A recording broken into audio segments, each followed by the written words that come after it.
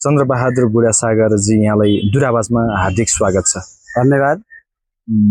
देश चुनावी माहौलमा छ एकदम हामी सन्निकट छौँ निर्वाचनको सन्दर्भमा। बागलुङको क्षेत्र नम्बर 2 मा यहाँ केन्द्रित हुनुहुन्छ। हजुर, तपाईँ नेपाली कम्युनिस्ट पार्टीको केन्द्रीय कमिटीको सदस्य पनि हो। यो बागलुङमा तपाईहरूको चुनावी माहौल र तारतम्य कस्तो छ?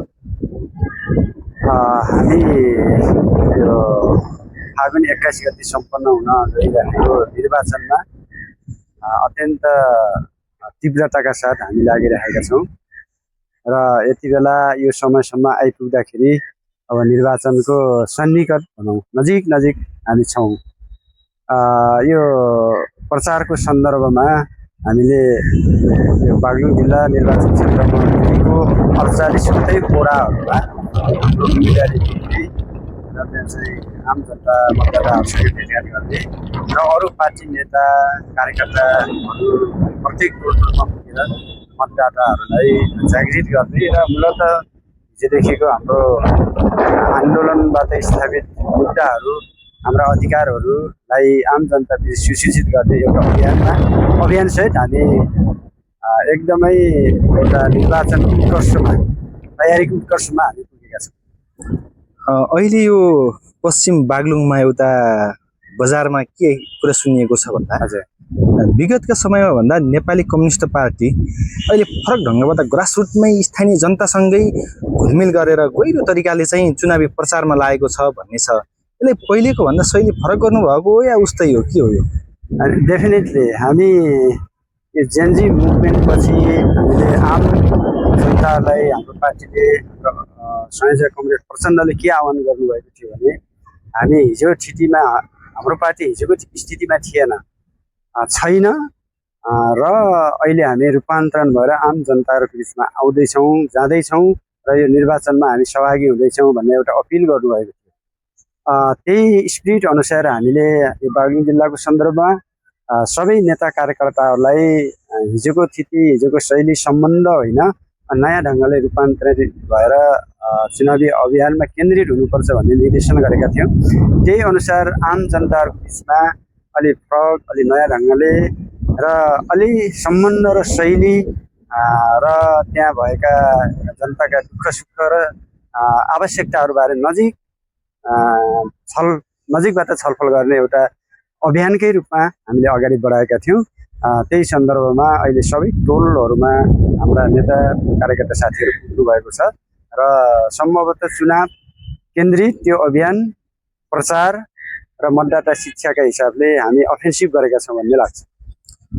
यो क्षेत्र त तपाईँहरूले विगतमा पनि दुई पटक जितेको क्षेत्र पनि हो। के छ यो अहिले ह्याट्रिक गरिन्छ जस्तो लाग्छ? यो एकदम हामी त विश्वस्त छौँ, एकदम गर्छौँ भन्ने लाग्छ। हिजोको सन्दर्भमा चुनावी गठबन्धन हुने गरेको थियो।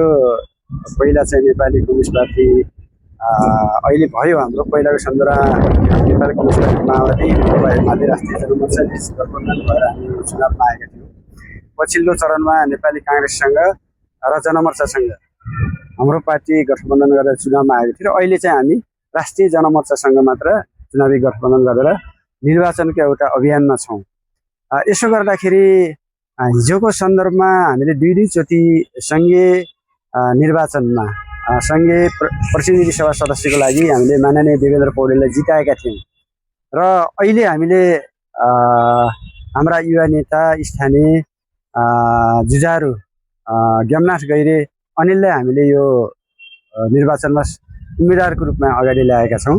यसो गर्दा हामीले विगतको सन्दर्भमा देवेन्द्र कमरेडले अथवा मान्यले जित्दै गर्दाखेरि हामीले यो क्षेत्रको लागि केही न केही महत्त्वपूर्ण विकासका अवयवहरूमा सम्बोधन पनि गरेका छौँ र अब यो पछिल्लो कालखण्डमा हामीले हिजोको भएका कामहरूलाई सुदृढ गर्नेका हिसाबले पनि र नयाँ आवश्यकतालाई सम्बोधन गर्नेका हिसाबले पनि त्यो अनिवार्य हामीले देखेका छौँ। यसर्थ अहिलेको सन्दर्भमा नेपाली कम्युनिस्ट पार्टी साझा बाम उम्मेदवार ज्ञाननाथ गैरीले जित्नुहुन्छ भन्ने कुरामा हामी विश्वास छौँ। यो के छ भने जस्तो तपाईँहरूले 2 पटक जितिसक्नुभयो, अनि 2 पटक भएको सङ्घीय निर्वाचन र अहिले विशेष निर्वाचन पनि भनिन्छ। यो विशेष निर्वाचनको समयमा तपाईको पार्टीको उम्मेदवार ज्ञाननाथ गैरेले जित्नै पर्ने कारण चाहिँ के हुन्? तपाईँ त राष्ट्रिय राजनीतिमा नै जोडिएको मान्छे, केन्द्रैसम्म पहुँच भएको मान्छे पनि हो। त्यसकारण तपाईँ यो भनिदिनुहोस् कि आम श्रोतालाई तपाईँको उम्मेदवारले चाहिँ जित्नै पर्ने कारणहरू चाहिँ के छ? अब यो पहिलो कुरा त हामीले निर्वाचन जित्ने आधारहरू हामीले तय गरिसकेका छौँ। एउटा यो वाम गठबन्धन राष्ट्रिय जनमोर्चा र नेपाली कम्युनिस्ट पार्टीको साझा वाम उम्मेदवार हामीले बागलुङको दुईवटै निर्वाचन क्षेत्रमा अगाडि ल्याएका छौँ। यसो गर्दा हाम्रो सङ्गठनात्मक जनआधार, यहाँको वामपन्थी मनोविज्ञानदेखि लिएर कैयौँ इस्युहरूले गर्दाखेरि हामीले दुवै क्षेत्रमा जित्छौँ भन्ने लाग्छ। अब जित्नै पर्ने किन भन्दै गर्दाखेरि पहिलो कुरा त हामी आम मतदाताहरूलाई के जानकारी गर्न चाहन्छौँ भने जेनजी आन्दोलनपछि यो देशमा नयाँ ढङ्गले केही प्रवृत्तिगत हिसाबले अतिवादीहरू देखा परिरहेका छन्। ती अतिवादीहरूको विरुद्ध हामी लड्नु पर्नेछ। पहिलो कुरा त्यो भनेको के हो भने यो देशमा जुन ढङ्गले अराजकता सिर्जना हुन खोजिरहेको छ र आम मनोविज्ञान, आम जनताको चाहिँ हरेक हिसाबले हेर्दाखेरि हाम्रो समाज भन्नुहोस्, हाम्रो संस्कृति भन्नुहोस्, हाम्रो सभ्यता भन्नुहोस्, हाम्रो अर्थतन्त्र भन्नुहोस्, हरेक हिसाबले चाहिँ ठुलो ठुलो बन्ने खतराहरू हामीले देखिरहेका छौँ। त्यसो भएको हुनाले अहिले यो अतिवादको विरुद्ध लड्नुपर्ने छ पहिलो कुरा। त्यसको लागि हामीले एउटा जेनजी उम्मेदवार यो 2 नम्बर क्षेत्रमा ज्ञाननाथ गैरे अनिललाई अगाडि ल्याएका छौँ। दोस्रो कुरा भनेको हामीले राष्ट्रिय स्वाधीनताको रक्षा गर्नुपर्ने छ। मुलुक चाहिँ विदेशीहरूको क्रीडा स्थल नबनोस् भन्ने नै हाम्रो मनसाय हो र हामीले त्यो मुद्दालाई हामीले सशक्त ढङ्गले अगाडि बढाएका छौँ। अब तेस्रो कुरा भनेको संविधानको रक्षा। हामी यसो किन भनिरहेका छौँ भने हामीले यो लोकतन्त्र, यो गणतन्त्र, धर्मनिरपेक्षता, समानुपातिक समावेशिता, आर्थिक सामाजिक रूपान्तरणको इस्युलाई हामीले रक्षा गर्न सकेनौँ भने हिजो जनयुद्ध र जनआन्दोलनबाट प्राप्त भएका उपलब्धिहरू पनि गुम्ने खतराहरू हामीले देखिरहेका छौँ। हामीले हिजो जनजातिको मुद्दा उठायौँ, दलितहरूको मुद्दा उठायौँ, महिलाको मुद्दा उठायौँ, भूगोल विशेष मुद्दा उठायौँ, विभिन्न समुदायहरूको मुद्दा उठायौँ र त्यो मुद्दा जो मुखरित गऱ्यौँ अहिले 2072को संविधानमा लिपिबद्ध पनि भएको छ।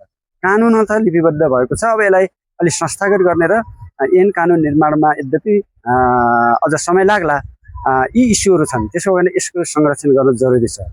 अब तेस्रो कुरा भनेको सुशासनको कुरा। जेनजी मुभमेन्टले पनि एउटा यो भ्रष्टाचारको कुरा मुखरित गरिरहेको छ। हामीले विगतदेखि नै उठाउँदै आएको विषय हो। पछिल्लो कालखण्डमा प्रचण्ड सरकारको प्रधानमन्त्री, केन्द्रीय सरकारको संघीय सरकारको प्रधानमन्त्री हुँदै गर्दा हामीले कैयौँ सुशासनको क्षेत्रमा स्टेपहरू अगाडि बढाएको जगजाहेरै छ। हामीले भ्रष्टाचार सम्बन्धी कैयौँ मुद्दाहरू अगाडि बढायौँ, फाइलहरू खोल्यौँ, कैयौँ नेताहरूलाई चाहिँ हामीले चाहिँ कारबाहीको दायरामा ल्याउने स्थिति बन्यो। त्यो स्थितिबाट त्रसित भएर नेपाली काङ्ग्रेस र एमालेहरूले प्रचण्ड सरकारलाई अपदस्थ गरे। उनीहरूले सरकार बनाइसकेपछि जो पछिल्लो चाहिँ परिस्थिति सिर्जना भयो।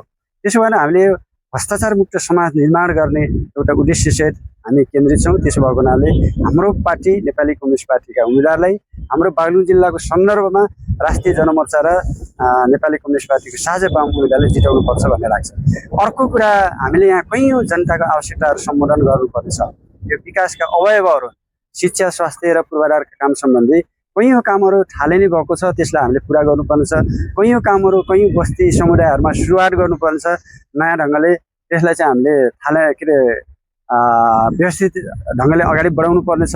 यसो भएको हुनाले यी सबै विकासका अवयवहरूलाई नै अगाडि बढाउनुको लागि नेपाली कम्युनिस्ट पार्टीका उम्मेदवारहरूले देशैभरि भन्नुहोस् अथवा यो बागलुङ जिल्लाको सन्दर्भमा नै जित्नुपर्छ भन्ने हामी मान्यता राख्छौँ र यही ढङ्गले आम मतदाताहरूलाई हामीले अपिल समेत गरिसकेका छौँ। हामी अन्त्यतिर पनि छौँ। यो अब त सायद आज राति 12 बजेपछि मौन अवधि सुरु हुन्छ। अन्त्यमा दूरआवाज हेर्नुहुने सम्पूर्ण आमा बुवा दाजुभाइ दिदीबहिनीलाई तपाईँ के भन्न चाहनुहुन्छ? यो स्थापित दूरआवाज मार्फत म बागलुङ जिल्लाको आम मतदाता आदरणीय बुवा आमा दाजुभाइ दिदीबहिनीहरूलाई म विशेष अपिल गर्न चाहन्छु।